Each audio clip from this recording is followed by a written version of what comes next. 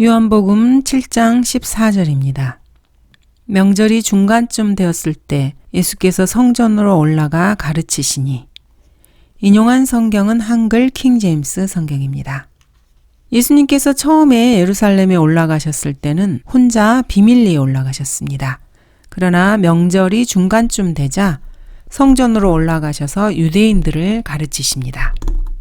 주님께서는 2장에서 성전을 정결하게 하셨고 5장에서는 병고침을 받았던 사람을 성전에서 만나기도 하셨습니다.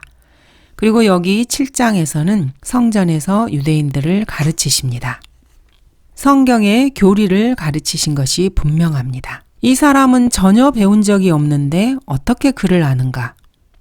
유대인들은 예수 그리스도께서 어떤 신학원을 다니신 적도 없고 박사학위를 받으신 적도 없는데 자신들도 알지 못하는 성경 지식들을 도대체 어디서 배웠는지 놀라워하고 있습니다.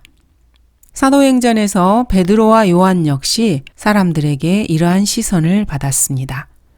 그때 그들이 베드로와 요한이 담대하게 말하는 것을 보자 배우지 못한 무식한 사람들로 알았다가 놀라며 그들이 예수와 함께 있었다는 사실을 깨닫더라. 유대인들 역시 예수님을 배우지 못한 무식한 사람 정도로 생각했습니다. 유대인들의 눈에 예수님께서는 성경의 교리를 운운할 자격이 없는 그런 사람으로 보였던 것입니다. 세상 사람들 역시 자기 나름의 어떤 기준을 정해놓고 그 기준에 따라서 자격이 있다 없다를 결정짓습니다. 그러나 자격이 있고 없고는 누가 그 기준을 만들었냐에 따라 달라질 수 있습니다. 어떤 기준을 따르느냐에 따라서 자격이 있고 없음이 결정되는 것입니다. 베드로와 요한은 세상 사람들의 기준으로 볼 때 배우지 못한 무식한 사람들이었습니다. 세상 학문에 가난한 참으로 무식한 사람들이었습니다. 그러나 베드로와 요한은 세상 학문의 기준으로 이들의 자격을 운운할 그런 사람들이 아닙니다. 베드로와 요한은 하나님의 진리를 전파하는 하나님의 사람들이었습니다. 그 자격을 세상 학문의 기준과는 다른 하나님의 기준으로 결정해야 합니다. 그들은 무엇보다도 담대하게 말했습니다. 어떤 자격으로 담대하게 말했습니까? 예수와 함께 있었다는 자격으로 담대하게 말했습니다. 베드로와 요한은 담대하게 그리스도를 증거하고 하나님의 말씀을 전파할 만한 충분한 자격을 가지고 있음을 스스로 입증하였습니다. 사람들은 베드로와 요한이 담대하게 말하는 것을 보고 그들이 예수님과 함께 있었다는 사실을 깨달았습니다. 몇 세기 전까지만 해도 누가 그리스도인인지 알아보기 위해서 세상 사람들은 그들이 서로를 사랑하는지 아닌지를 보고 그것을 알았습니다. 세상 사람들의 눈에 누가 그리스도인인지 알기 위해서는 사랑의 여부를 보면 되는 것입니다. 그 당시의 세상 사람들은 보라, 그리스도인들은 서로 형제를 갖고 있지 않은가 이렇게 이웃 사랑을 이야기할 때마다 그리스도인을 본보기로 삼았습니다. 베드로와 요한이 사역할 당시에는 누가 그리스도인인지 알아보는 그 기준이 담대하게 복음을 전하는지 그렇지 않은지를 보고 알았습니다. 이것은 오늘날에도 마찬가지입니다. 하나님의 말씀을 전파하고 복음을 외치고 죄인들을 그리스도께로 인도하는 담대한 일꾼들을 보면은 그 사람이 그리스도인이라는 것을 알 수 있습니다. 스스로 그리스도인이라고 하면서도 하나님의 말씀을 담대하게 전하지 못하는 사람은 그리스도인의 자격에 대해서 한번 다시 생각해 봐야 합니다. 이 사람은 전혀 배운 적이 없는데 어떻게 그를 아는가? 여기서 그를 안다는 것은 성경을 안다는 말입니다. 주님께서는 성경을 가지고 사람들을 가르치셨습니다. 학식 높은 사람에게서 배운 서기관들이 도저히 따라올 수 없는 그 지식의 권위와 명료함이 있었습니다. 예수 그리스도에 대해서 유대인들이 가지고 있었던 의문은 사실 놀라움이었습니다. 유대인의 기준으로 보면은 그리스도께서는 배운 적이 없는 분이셨지만 예수님께서는 성경에 관련해서는 배운 적이 없는 분이 결코 아니었습니다. 주님께서 뭔가 공부하라고 말씀하시는 것이 있다면 그것은 오직 성경을 공부하라는 말씀입니다. 여러분이 성경을 공부하고 있다면은 주님의 명령에 순종하고 있는 것입니다. 그리스도께서는 신학원에서 성경 말고 다른 학문을 가르치라고 말씀하신 적이 없습니다. 예수님께서는 오직 성경을 공부하라고 명령하셨을 뿐입니다. 그러므로 올바른 신학교라면은 오직 성경만 가르쳐야 하고 올바른 성경을 공부하고 올바른 성경을 옹호하는데 힘을 보태야 합니다. 영어를 모국어로 하는 사람들에게는 영어 킹제임스 성경이 올바른 성경입니다. 그래서 그 성경을 공부하는 데 도움이 되도록 영어를 가르칩니다.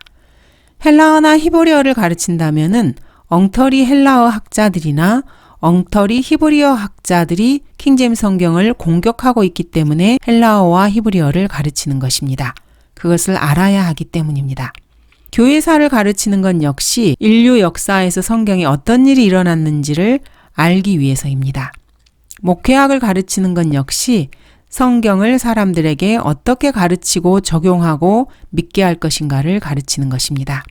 신학교, 신학원이라고 하는 것은 성경학교, 성경학원과 같은 뜻이어야 합니다. 신학교에서 목회 심리학, 교회 성장론, 인간학, 종교사회학 등을 가르치는 것은 잘못된 것입니다. 그런 것을 가르치려면 차라리 대학을 세우면 됩니다. 성경을 가르치지 않고 다른 잡동사니들을 가르치려면 신학원을 세워서는 안 됩니다. 예수께서 그들에게 대답하여 말씀하시기를 나의 교리는 나의 것이 아니요 나를 보내신 분의 것이라.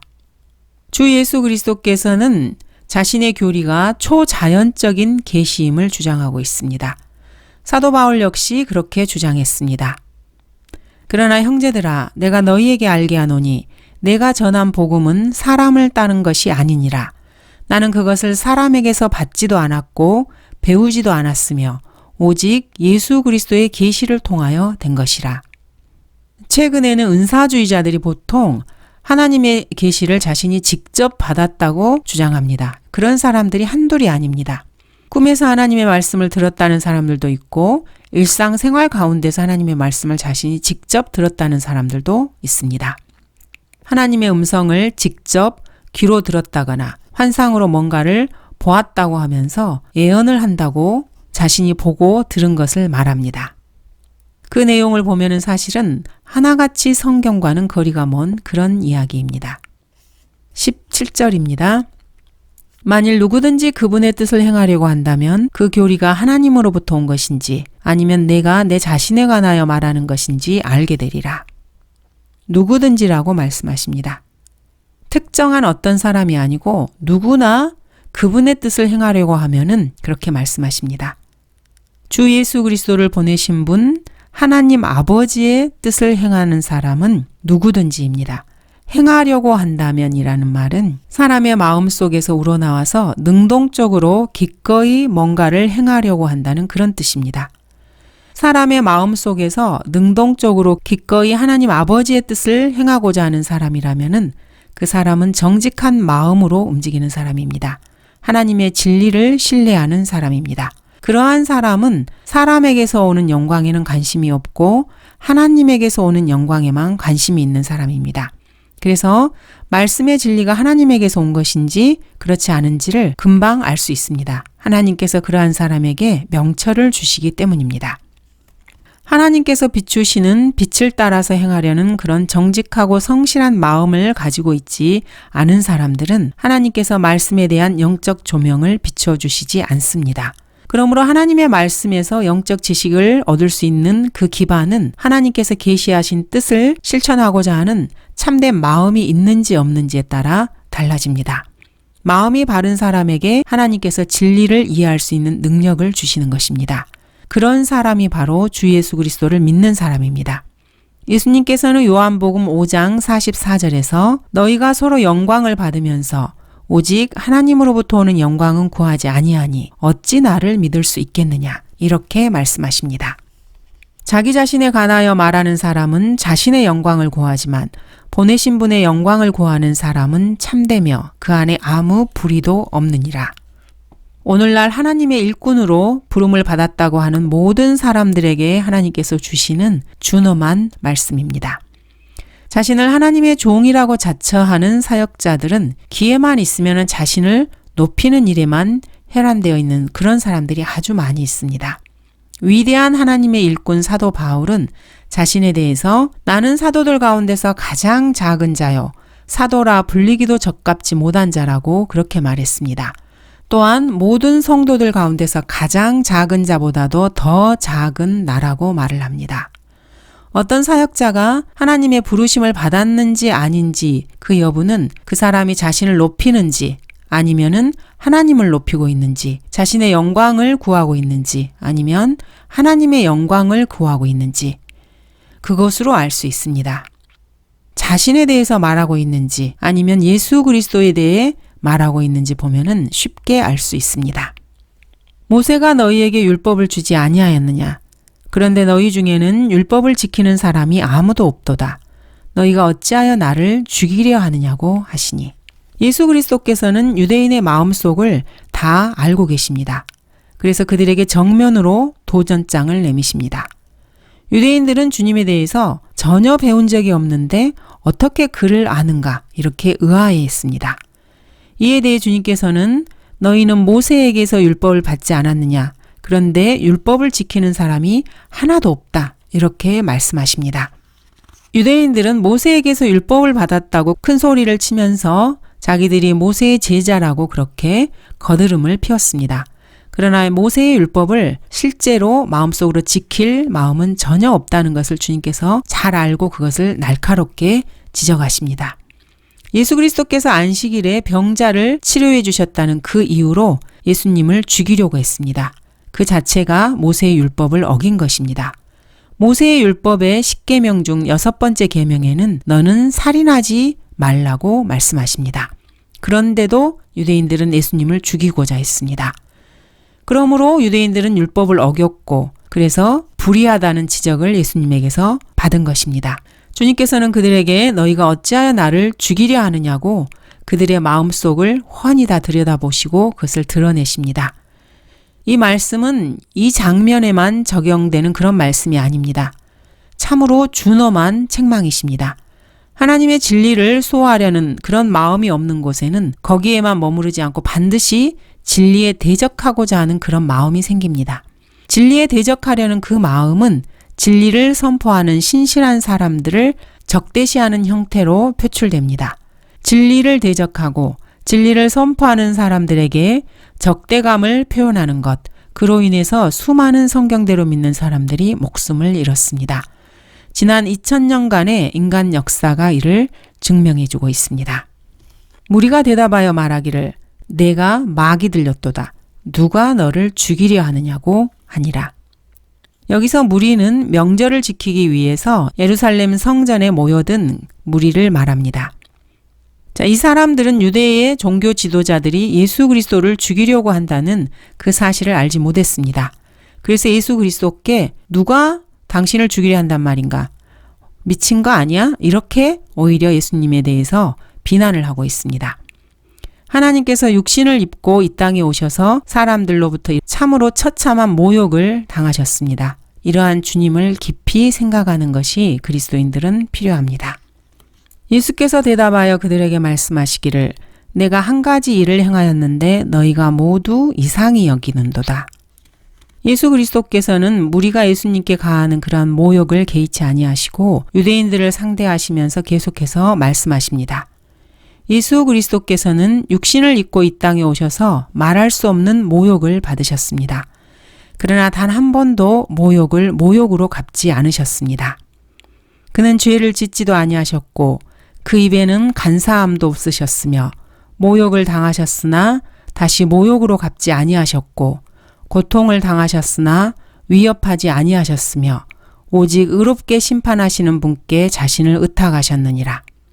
성경은 이렇게 증거하고 있습니다. 내가 한 가지 일을 행하였는데 이것은 5장에서 주님께서 안식일에 병자를 고쳐주신 일입니다. 유대인들은 그 일로 예수님을 죽이고자 했습니다. 주님께서는 그것을 거론하고 계신 것입니다. 그러므로 모세가 너희에게 할례를 주었으니 그것은 모세로부터 온 것이 아니고 조상으로부터 온 것이기 때문이라. 너희가 안식일에 사람에게 할례를 주는도다. 먼저 그것은 모세로부터 온 것이 아니고 조상으로부터 온 것이기 때문이라는 이 괄호 안에 있는 말을 이해할 필요가 있습니다. 유대인의 할례는 모세에게서 기원된 것이 아닙니다.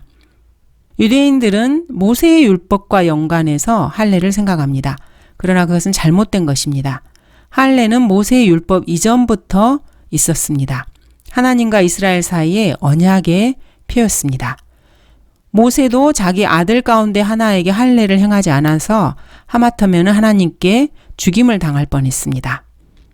할례는 모세가 태어나기 전에 아주 오래 전부터 하나님께서 아브라함에게 언약의 표로 주셨습니다. 또 하나님께서 아브라함에게 말씀하시기를 그러므로 너는 내 언약을 지키고 너와 내 뒤에 올 내 씨도 대대로 지키라.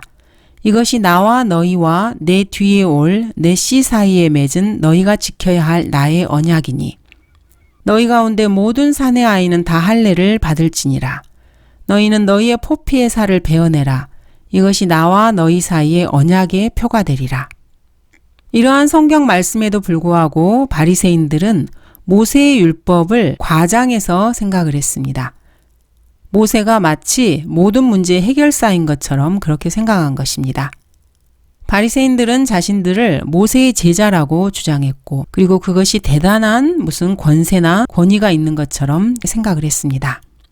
예수 그리스도의 기적적인 이적으로 인해서 눈을 뜬 소경을 신문하던 유대인들은 소경이 내가 이미 당신들에게 말하였는데도 듣지 아니하더니 어찌하여 또다시 듣고자 하는가?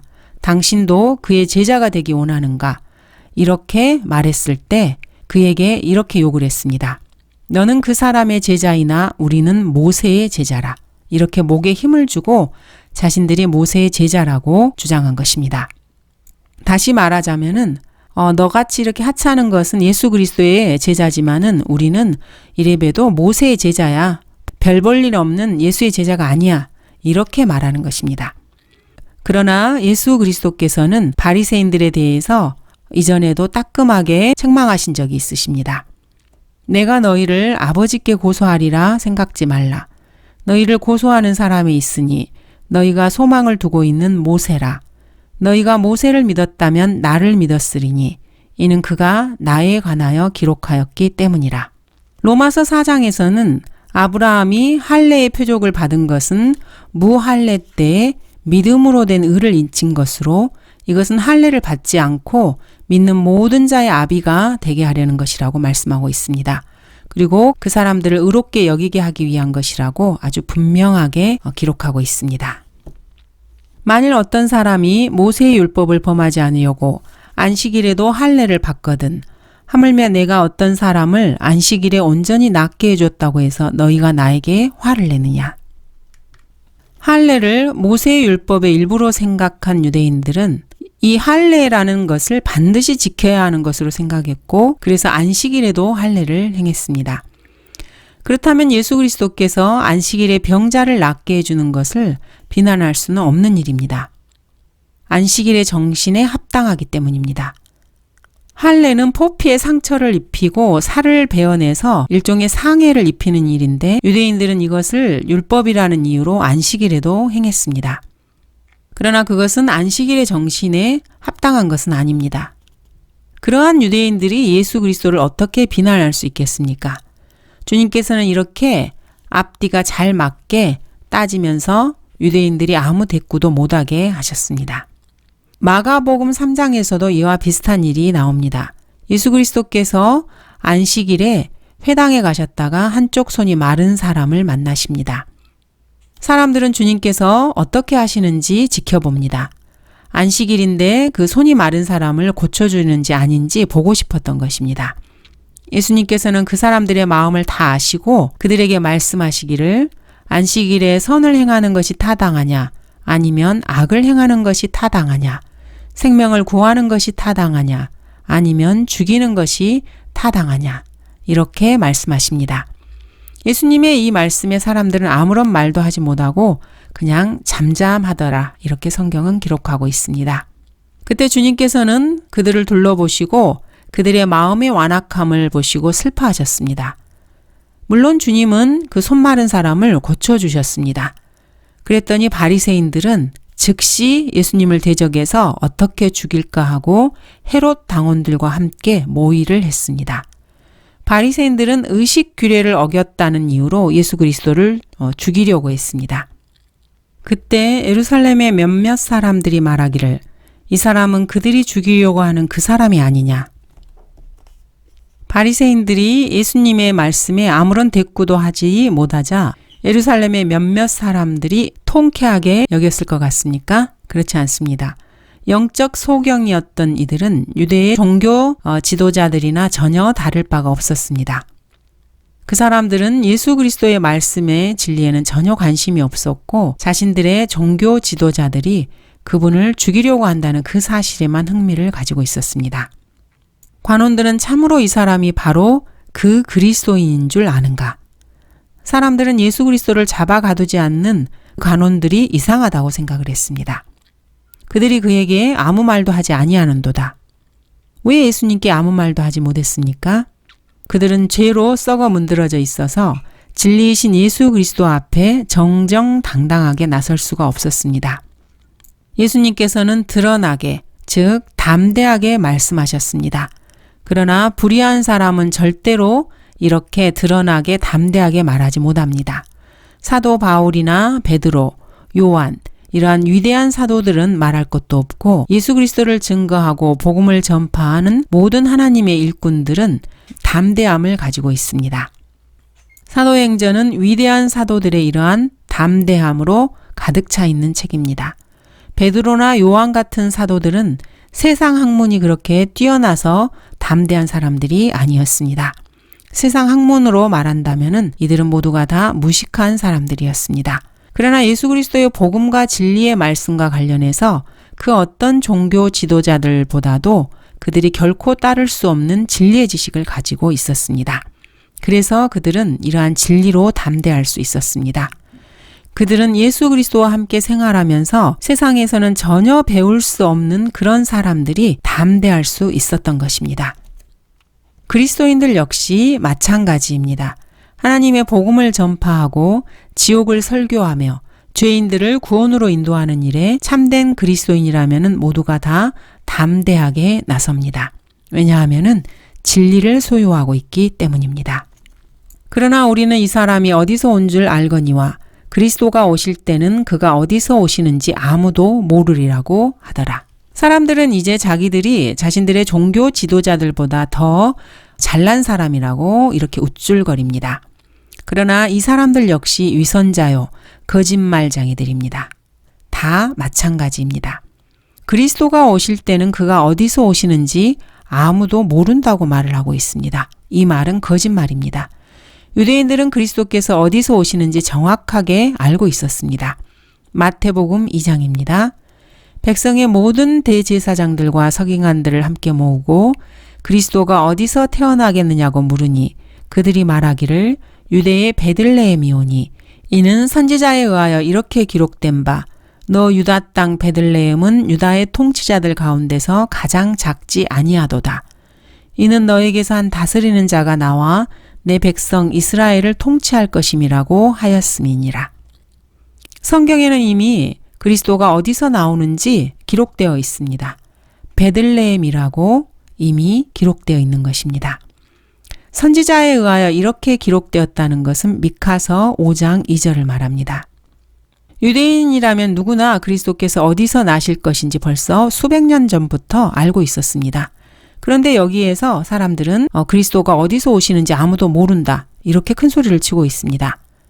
우리는 이 사람이 어디서 온 줄 알거니와 그러면서 주님께서 어디서 태어났는지 정확하게 알고 있다고 말하고 있습니다.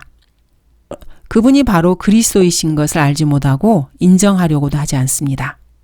이들은 자신의 무지를 드러내고 있을 뿐입니다.